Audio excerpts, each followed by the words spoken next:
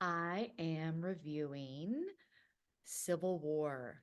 Civil War, the new Alex Garland A24 film.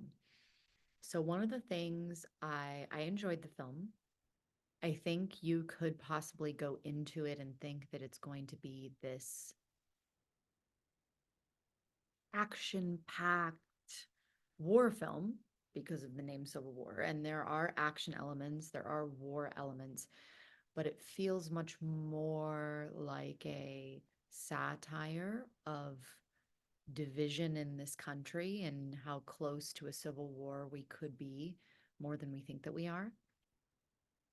One of the things I really loved about it is that I actually like that it wasn't so action, action, action, action, war the whole time. There is action, it is interesting, it is engaging, but spoiler alert, you take the risk when you keep listening to this. He follows four journalists. So it's told through the lens of these journalists, which I think is really smart because it gives us core characters to connect to. And there's this main journalist called Lee, and I don't remember the name of the other gentleman, and this younger female journalist, and they get connected at the very beginning because of a protest that's happening. And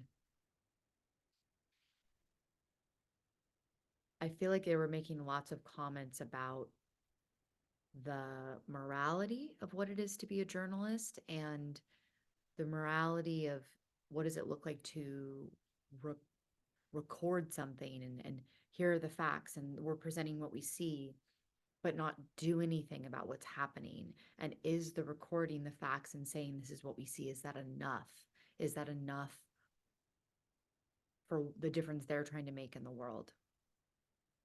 And so I heard a little bit from my husband because I don't dive too deep into these things on social media.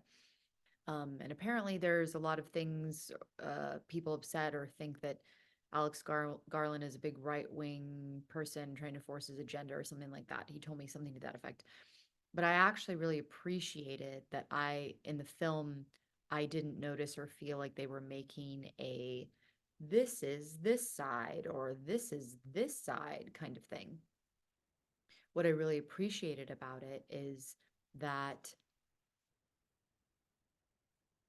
what I appreciated about it is that it didn't do that, is that it didn't say, we're the liberals trying to take down the government or we're the conservatives trying to take down the government. Like it's upsetting enough and jarring enough to see civil war being represented in our country in a modern time.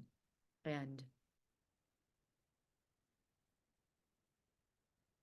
it didn't show really anything either way. I felt like it was really just saying, here's the president.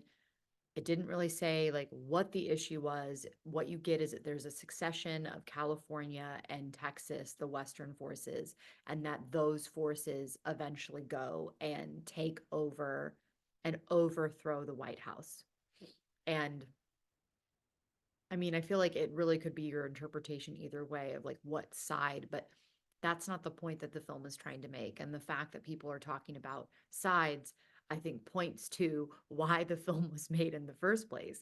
The division that we're experiencing in the country and the division that we're experiencing among American citizens.